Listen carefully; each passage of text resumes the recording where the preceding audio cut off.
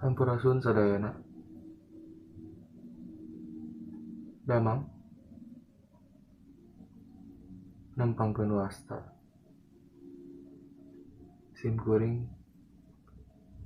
Skijo.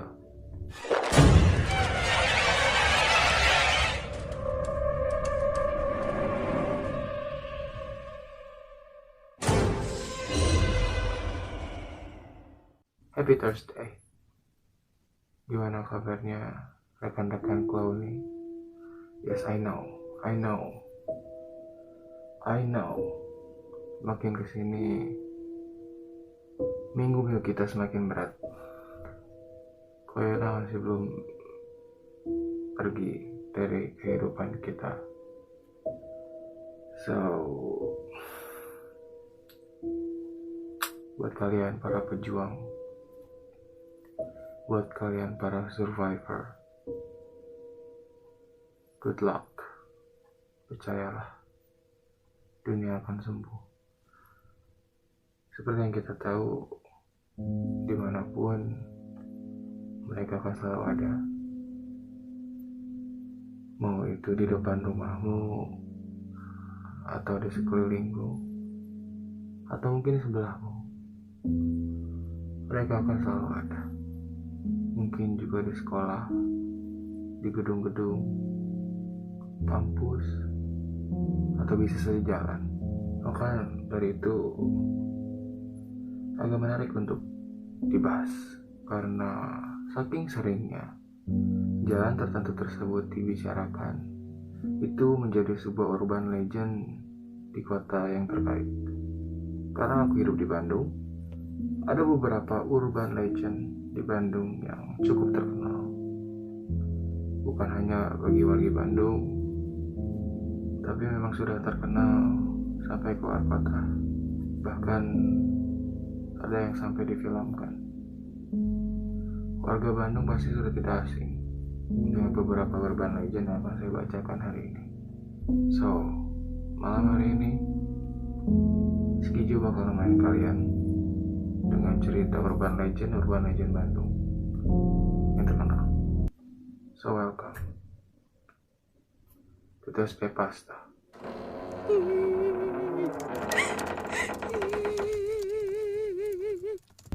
Pertama, hantu boneka.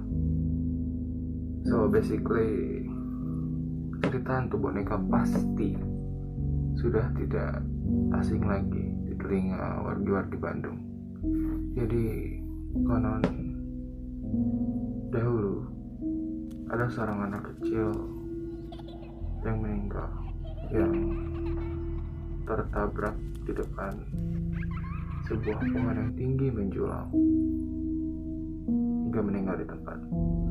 Sayangnya sang pelaku penabrakan tersebut tidak bertanggung jawab. Sejak saat itu jalan Babakan Siliwangi jadi cukup angker. Maka oleh warga sekitar digantungkanlah sebuah boneka di atas pohon tersebut. Warga sekitar percaya akan membuat arwah gentayangan dari anak kecil tersebut berhenti mengganggu warga. Usut punya usut. Menurut warga,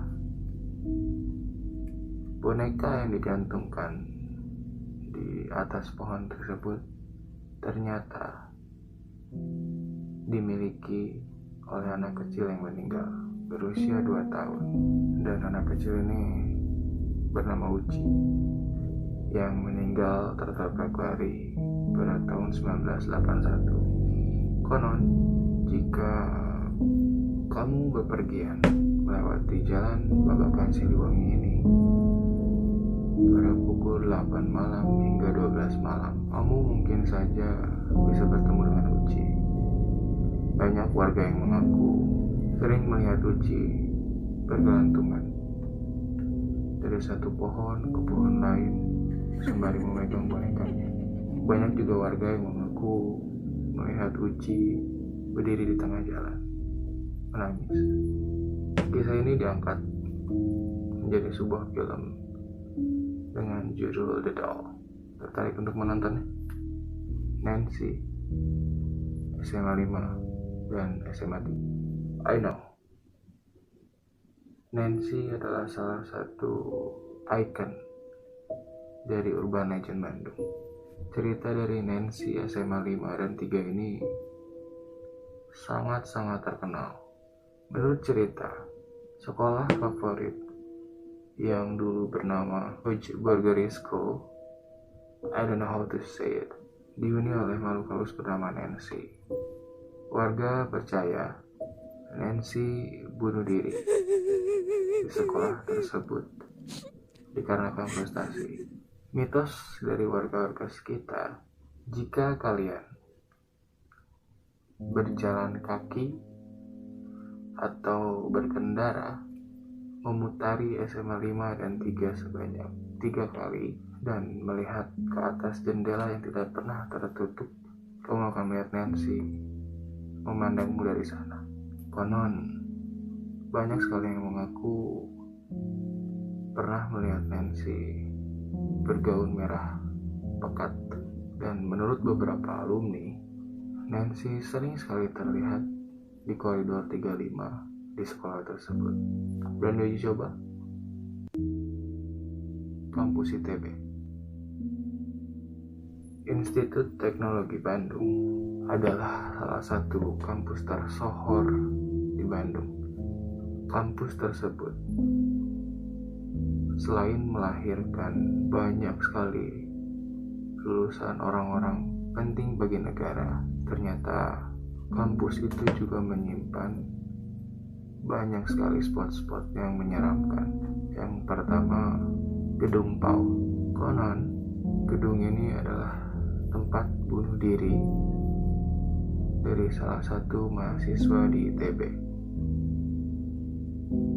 Mahasiswa tersebut loncat dari atas gedung hingga tubuhnya hancur lebur di tanah. Jika kita beruntung pergi ke gedung PAU malam-malam, arwah dari mahasiswa tersebut mungkin akan menampakkan kejadian bunuh diri yang ia lakukan. Jadi seperti kita mereka ulang kejadian bunuh diri dari mahasiswa tersebut. That would be great.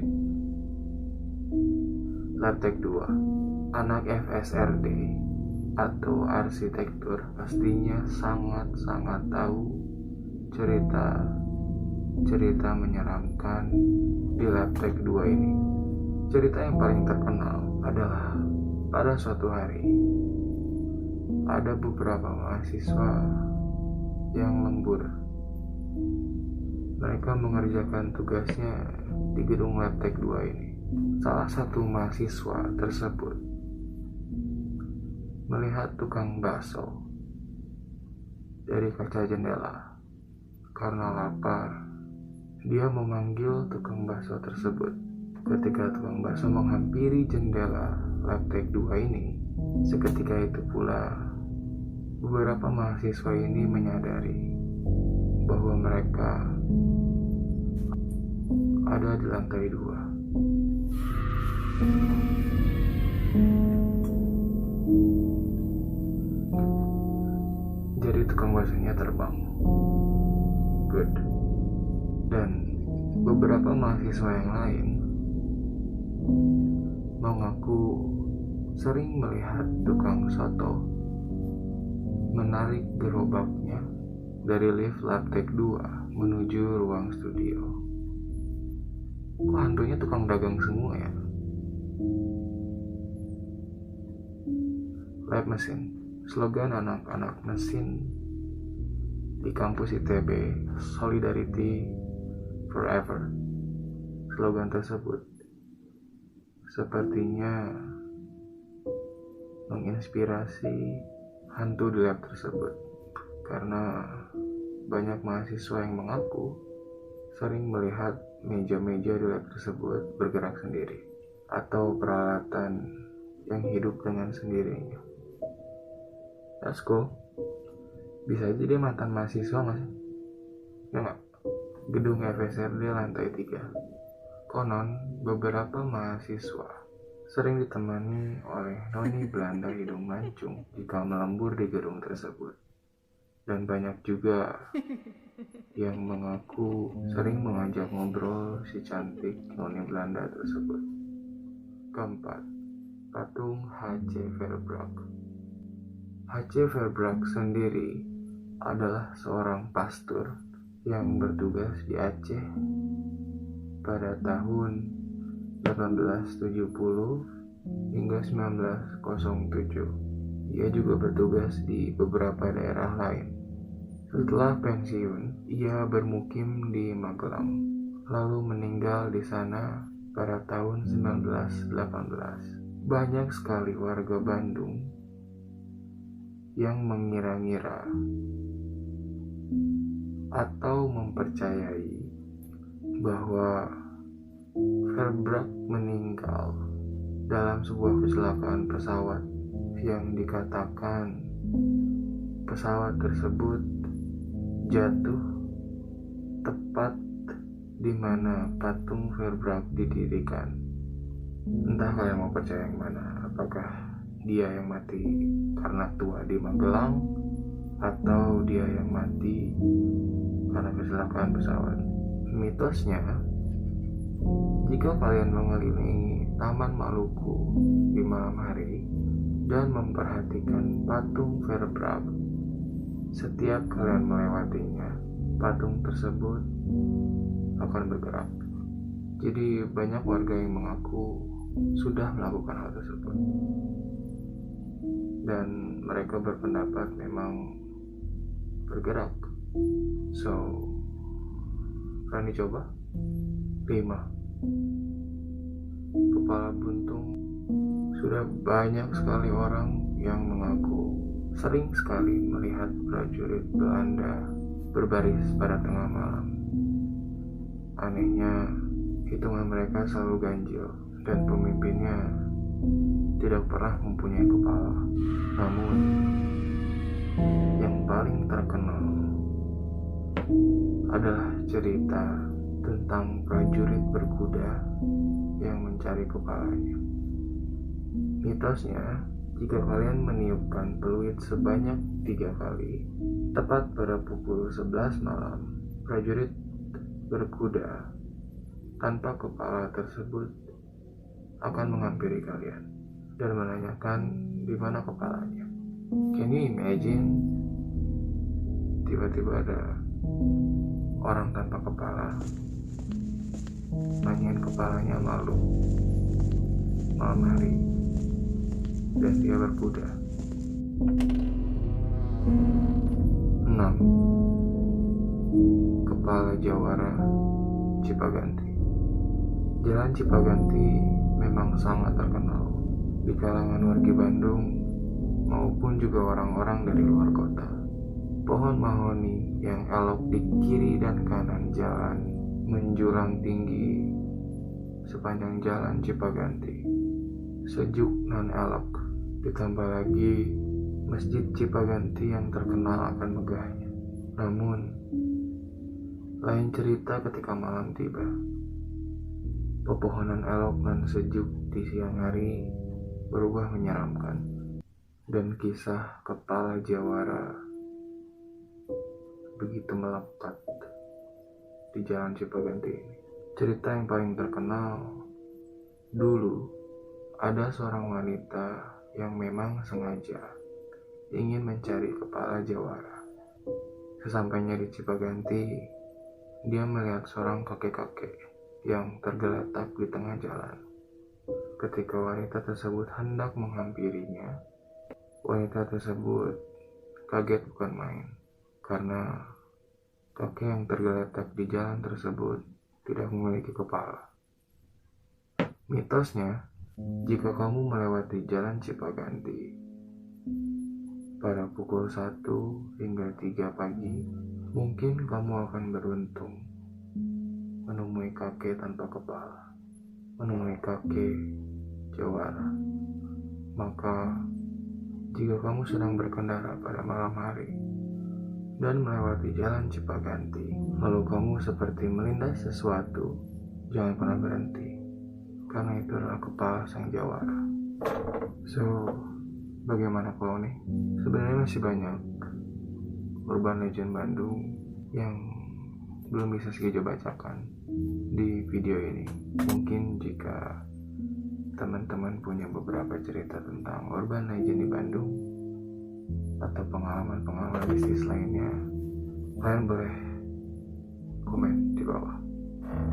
So, Skejo rasa cukup untuk malam ini. Jangan lupa like, share, and subscribe. And always, don't forget to close your window, because I might be there. See you.